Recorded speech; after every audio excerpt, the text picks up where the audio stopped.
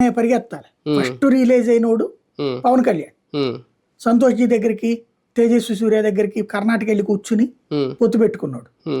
తర్వాత జ్ఞానోదయం అయినోడు లోకేష్, తర్వాత జ్ఞానోదయం అయింది చంద్రబాబుకి.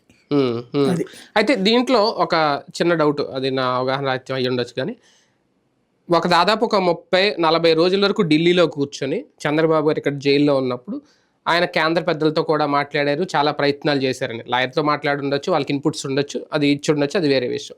దానివల్ల కూడా మనం సింగిల్గా ఇంకా భవిష్యత్తులో గెయిన్ అవ్వలేము ఆంధ్రప్రదేశ్లో, ఖచ్చితంగా జాతీయ పార్టీ బీజేపీ సపోర్ట్ కావాలి అని ఆ ఉద్దేశం కూడా నిన్న దాని వెనక ఉందా?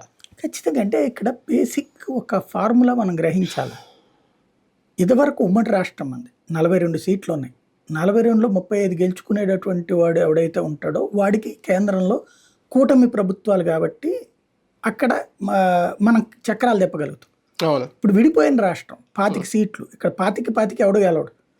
22 సీట్లు ఇతనికి రాబట్టినే కదా చక్రం తిప్పగలుగుతున్నాడు అక్కడ. కానీ ఆ చక్రాలు ఏం తిప్పగలిగాడు ఇతను? మోడీకి అనుకూలంగానే ఉండాల్సి వచ్చింది అంతే. కేంద్రంలో ఉన్న వాళ్ళకి అనుకూలంగా, ఎందుకంటే అక్కడ ఆల్టర్నేటివ్ లేదు కాబట్టి. చిన్న రాష్ట్రాలలో ఏర్పడితే సమస్య అదే.